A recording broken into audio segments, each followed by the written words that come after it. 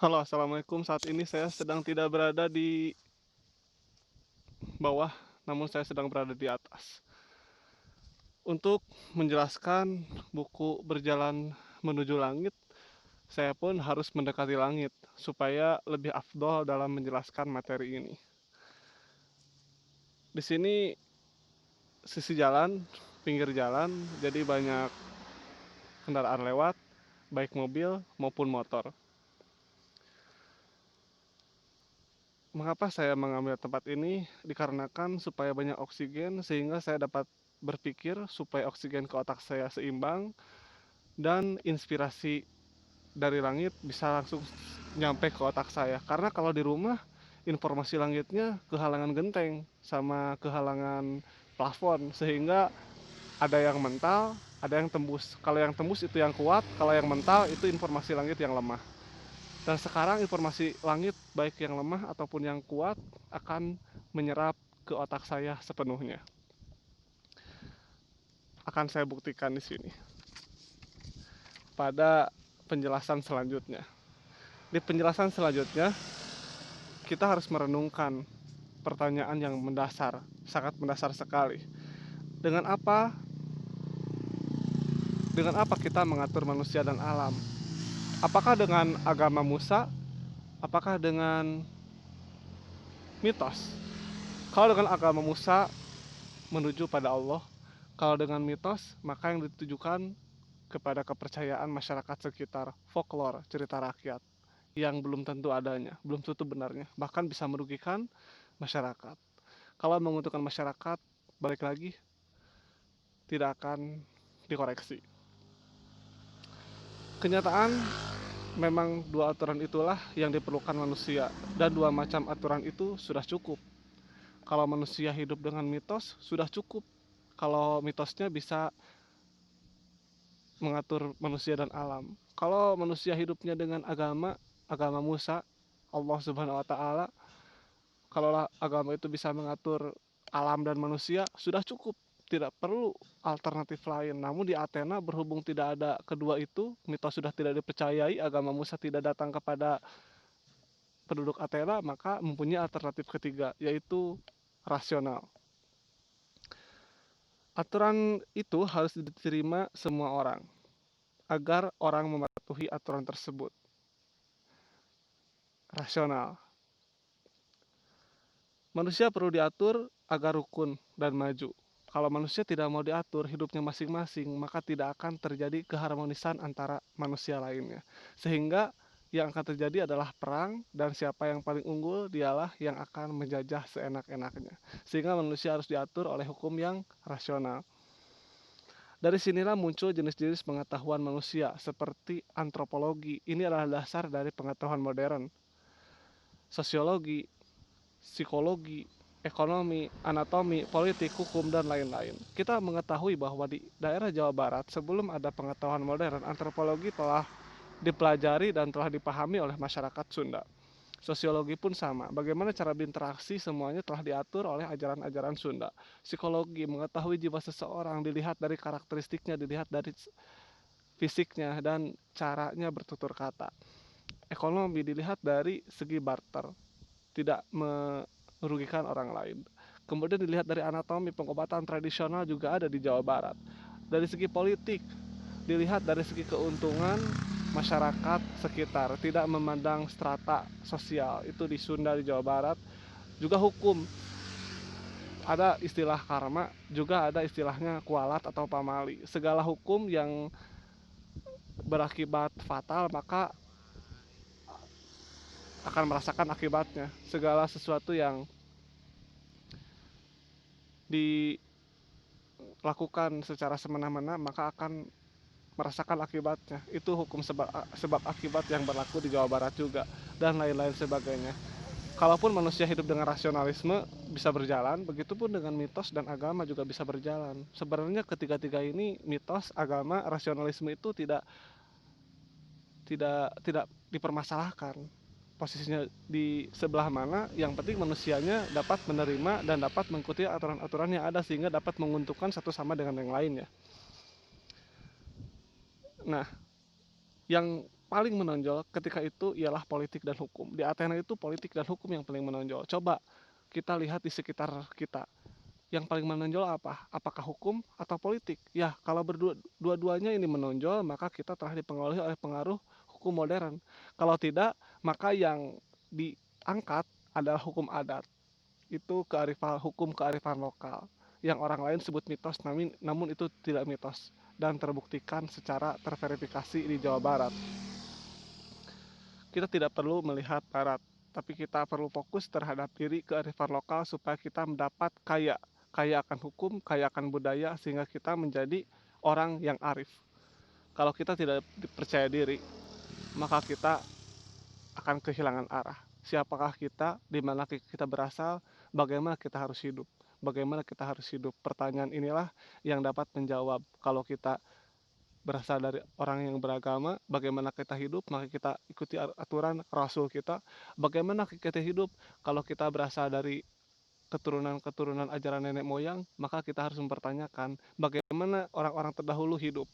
Kalau kita berasal dari Athena, dari modernisme, maka kita harus bertanya, bagaimana cara rasionalisme berjalan supaya mengatur manusia hidup dengan damai.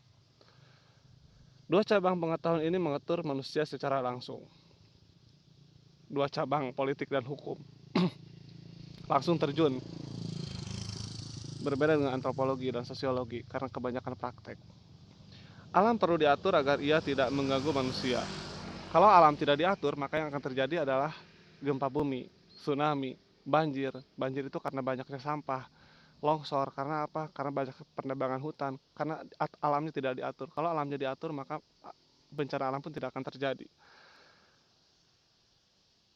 Alam perlu diatur agar tidak mengganggu manusia dan agar memberikan manfaat sebanyak-banyaknya. Buah-buahan itu dapat dipetik, dapat dipanen apabila hama tidak dibasmi semuanya, tidak menggunakan pestisida.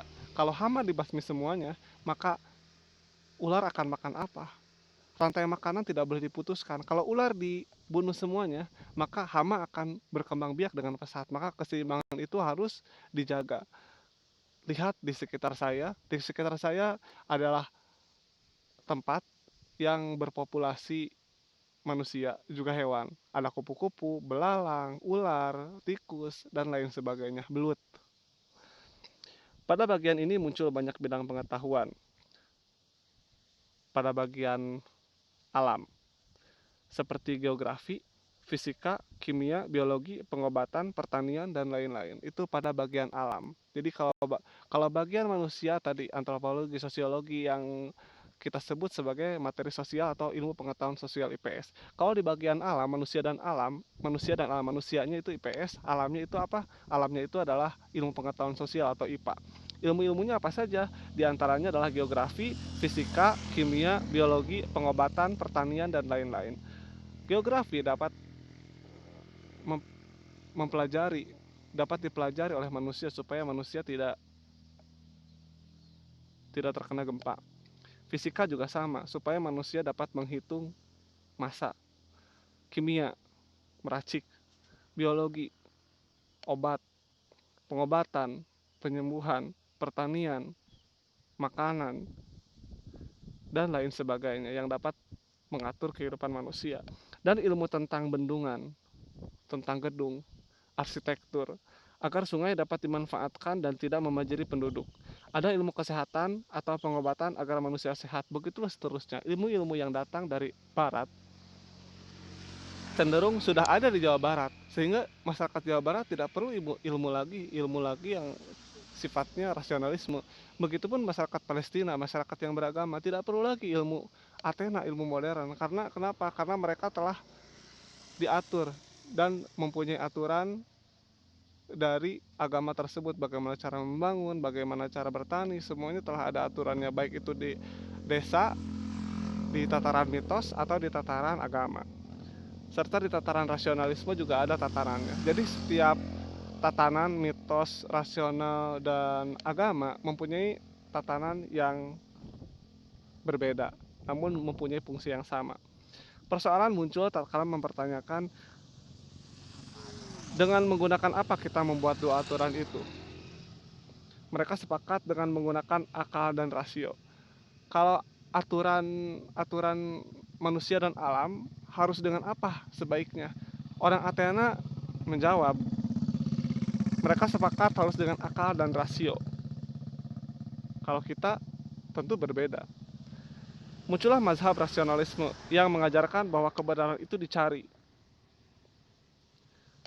dan diukur dengan akal. Kebenaran dicari dan diukur dengan akal. Kalau tidak terukur, maka tidak diterima. Kalau tidak dicari, maka akan malas. Jika rasional benar, jika tidak, berarti salah dan ditolak dan tidak digunakan. Mengapa rasio yang disepakati? Ada beberapa alasan. Rasio disepakati pertama, karena rasio itu kerjanya sama pada setiap orang. Kebenaran objektif itu ada pada rasio. Contohnya kursi. Apa itu kursi? Kursi itu terdapat definisi. Definisi rasionya adalah tempat yang bersandar. Semua orang sepakat bahwa kursi itu adalah tempat yang bersandar. Begitupun pulpen. Apa itu pulpen? Adalah benda tajam yang memiliki tinta. Semua orang setuju, itulah contoh dari rasio. Yang kedua adalah karena ia objektif terlepas dari pengaruh kondisi dan lingkungan. Alat lain seperti perasaan dan indera seringkali menipu. Ketika seseorang marah, maka penilaian atas kebenaran sesuatu dipengaruhi oleh kondisi marah tersebut. Tipuan indera sangat jelas. Tongkat jika dimasukkan ke dalam air atau ke dalam gelas maka akan bengkok. Bulan jika dilihat dari planet bumi maka akan terlihat kecil. Itu adalah contoh indera. Kemudian penilaian atas suatu benda. Jeruk jika dimakan oleh seseorang yang vegetarian maka akan enak. Tapi jeruk dimakan oleh seorang yang alergi buah-buahan maka akan muntah. Itu adalah penilaian subjektif yang dapat memanipulasi kebenaran. Sifatnya hanya benar pada orang per orang, tidak semua orang, tidak keseluruhannya. Tipuan indera sangat jelas. Tongkat dimasukkan ke dalam air maka akan terlihat patah. Sampai di sini orang Yunani itu sekitar 600 sebelum Masehi telah memegang dua paham, humanisme dan rasionalisme. Jadi paham yang ada di timur itu mitos mitologis dan agamis agama. Kemudian paham yang ada di Athena dua, humanisme dan rasionalisme. Humanisme itu mendirikan aturan manusia, baik alam diatur oleh manusia, tidak ada Tuhan. Rasionalisme diatur oleh akal, oleh rasio, sehingga masuk akal. Itulah yang disampaikan oleh saya pada bagian pertama, mengapa orang Yunani mengambil paham rasionalisme dan mengapa orang Sunda, orang Jawa Barat mengambil paham mitologis dan agamis. Sekian dari saya. Wassalamualaikum warahmatullahi wabarakatuh.